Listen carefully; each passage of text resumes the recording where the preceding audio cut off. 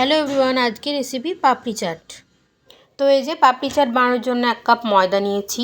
এর মধ্যে দিয়ে দিচ্ছি কিছুটা ইস্ট, কালো জিরে, স্বাদ মতো নুন আর 2 চামচ সাদা তেল।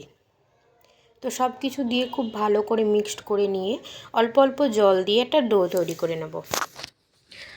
তো ডোটা হয়ে গেলে আমি এটা রুটির আকারে বেলে নেব বড় করে। তো দেখো বড় করে বেলে নিয়েছি আর একটা গ্লাস নিয়ে পাপড়িগুলোকে গোল গোল করে কেটে নিচ্ছি। তো কাটা হয়ে গেলে একটা কাঁটা চামচ দিয়ে একটু একটু করে ছিদ্র করে দেব যাতে ফুলে না উঠে যায়।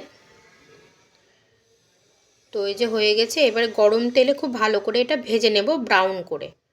তো দেখো ভাজা প্রায় হয়ে গেছে। তো প্লেটের মধ্যে নিয়ে নিয়েছি আর দিয়ে দিচ্ছি কিছুটা সেদ্ধ আলু, গ্রেট করে রাখা গাজর, ধনেপাতা কুচি, পেঁয়াজ কুচি, লঙ্কা কুচি, টমেটো কুচি, শসা কুচি, এরপরে দিয়ে দিচ্ছি ধনেপাতার চাটনি আর দিয়ে দিচ্ছি টমেটো সস, তেঁতুলের পাল্প আর টক দই,